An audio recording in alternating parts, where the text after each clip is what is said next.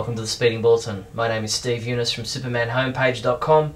This is all the Superman related news that happened during the week September 2nd to 8th, 2011. A quick reminder for those hoping to remain spoiler free for Man of Steel that this report does contain images and information you may not want to see. For everyone else, with filming in the main street of Plano, Illinois having concluded over this past weekend, the streets were reopened to the public as film crews continued to clean up and pack up. The cast and crew moved down to a nearby river where a crashed school bus scene was filmed. Filming is now taking place in Chicago from September 7th to 17th.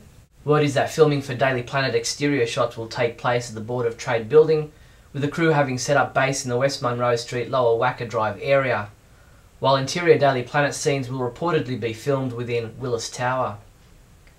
Total Film magazine has an interview with British actor Henry Cavill, which they ask him about having to speak with an American accent for his role as Superman. He said, "Doing an American accent is about exercising the muscles in your throat and in your mouth." You can read the complete interview in the October edition of Total Film magazine, issue 185, available on newsstands now. MTV.com caught up with actor Michael Shannon to ask him about playing Zod. He said that his take on the character will not be a Terrence Stamp impersonation. Shannon also told MoviePhone.com that he wasn't looking forward to wearing a motion capture suit. He said, "It has a variety of different colours and shapes on it and it makes you feel like you're the court jester." Although filming in Plano has concluded, the Chicago Tribune reports that plans are already in place for a Man of Steel museum and festival next summer to commemorate the filming. The museum will feature props and set pieces from filming and will likely be located in the Amtrak station on Main Street, or as it was known during filming, Smallville City Hall. The first in a series of hand-drawn character teaser posters for the fan film Superman Requiem, drawn by illustrator James Link, was released this week. The film creators will be releasing one poster every 2 weeks until the release of the film on the 11th of the 11th, 2011. Follow updates via themanofsteelisback.com. In TV news, Smallville stars James Masters, Laura Vandervoort, Sam Witwer and Michael Rosenbaum attended DragonCon 2011 in Atlanta, Georgia this past weekend and participated in a Smallville panel. A 5-part video of the panel has been uploaded to YouTube for anyone who wants to see what took place. Superman homepage reviewer Jeffrey Taylor finally comes back with new episode reviews from Superman the Animated Series. Check out his review of the Season 2 episode titled The Late Mr. Kent, featuring Superman trying to figure out what to do when everyone thinks Clark Kent has died. While James Lance continues reviewing episodes from the 1950s Adventures of Superman TV series, come by the site to read his review of the Season 6 episode The Brainy Burrow, in which Clark, Lois and Jimmy meet Carmelita, a mind-reading donkey in Mexico. With Action Comics #1 out this week, writer Grant Morrison explained to DC Comics, Superman is just a guy who is very young at this point, and he has big ideas about what is right and wrong, and he has the power to implement those ideas. Newsarama.com also interviewed Grant Morrison ahead of the book's release, and he told them, "The Metropolis we're doing is a lot scarier, it's a lot more urban than I think we've ever seen it before. It's maybe a bit more like Gotham City, but it's not as dark and gothic. But in terms of crime, it's a lot like 1970s New York." There was just the one comic book for us to review this week, and that was Justice League #1, which was reviewed by Ralph Silver, who gave this issue a 5 out of 5, saying, "The relaunch is off to a great start." Superman comics available in both print and digital formats this week from September 7 include Action Comics #1, which is available in not just one, but 2 variant covers, while Superman also appears in Swamp Thing #1. In other news, there is a 4-page article on Superman Through the Ages in issue number 58 of Sci-Fi Now magazine, out now. This issue of the magazine also includes an interview with yours truly as this month's Sci-Fi Icon feature. The interview is titled Man of the Past or Man of Tomorrow and can be found on page 111. Sci-Fi Now number 58 went on sale on September 1st in the UK, but may not be available in other countries just yet. Issue number 8 of the UK magazine Comic Heroes is dedicated to Superman, with a free Sew On Superman patch included inside.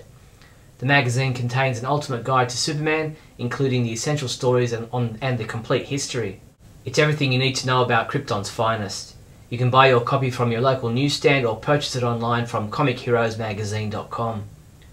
The St. Louis Today news website reported on a robbery that took place in Granite City, where a mentally disabled Superman fan named Mike Meyer had many items from his collection stolen by an ex-work colleague. A Facebook page has been created to give fans the opportunity to make donations towards Mike Meyer. That's all the Superman news there was for the week September 2nd to September 8th. I'm Steve Younis from SupermanHomepage.com. Great Scott! Great Scott! Great Scott!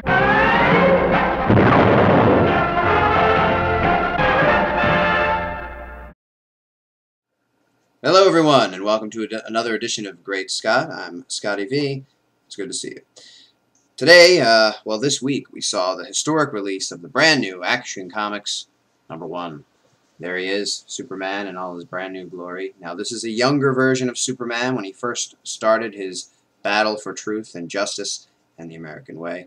He's wearing a short-sleeved Superman t-shirt with a short cape, the jeans, and the work boots. A lot of people have complained that they're going to boycott, that they would never read something this silly, that Superman's new uniform is dumb, that it's not cool and new and modern, and there's nothing special about it, and that he shouldn't be wearing it. My explanation for this is that it's a makeshift costume. It's something he's wearing temporarily while he fights crime and helps the weak. I don't think he is immediately all that interested in necessarily designing a uniform. It's not that important to him right now. What he's trying to do is get out there, show people that he's here, and save people and make things better. We already know that by issue 7 it's going to be caught up to real time, and that is current, and that he'll be wearing his new Superman armored look, which people are complaining about as well. Now, I wanted to compare the logos on the some of the earlier Action Comics. This is Action Comics number 318, so it's very, very old and classic looking. But as you can tell, the Action Comics logo here, as well as the Action Comics logo on the brand new #1, is very, very similar. We have the same font, the same style of the word action, and we have the underscore. The only difference is that the word comics is written over top of the underscore on the new book, and on the old book it is below it. We also have Superman, the word, above Action Comics, and I like having that there. And of course DC is continuing their exclamation point, the new 52, on all their books of this run. I imagine after all the #1s, they're going to do away with that. If you look at the comparisons, I actually do like the new S and the colors and such on the new book, as opposed to looking at the classic look here. It's a little cheesy, a little campy, and I think would be harder to accept if they came out and said that's what his new look was going to be. Also, look at Luthor. He's wearing like a dress. You can see his legs. I don't know what that is, but it's supposed to feature the death of Luthor in here, but he's got like a weird tunic on, but it's really, really short. Anyway, something I also wanted to discuss, I found out when I went to my local comic store that all of the 52 books are not going to be available in combo packs, which include the digital release. This was disappointing to me. I really enjoyed reading JL in digital, and I bagged and boarded my JL book. I did open it so that I could compare it with the digital copy, so I want to make sure I wasn't missing out on anything. The only thing I missed out on were the ads, and on the digital book I was able to go from one panel to the next. Each page had part of the story on it, and I didn't have to worry about going through ads. I liked that very, very much. What I didn't like was that it had a digital release combo pack written on the front right over the art, and they changed the color of the cover of the book as well. I wish they would just have kept it the same.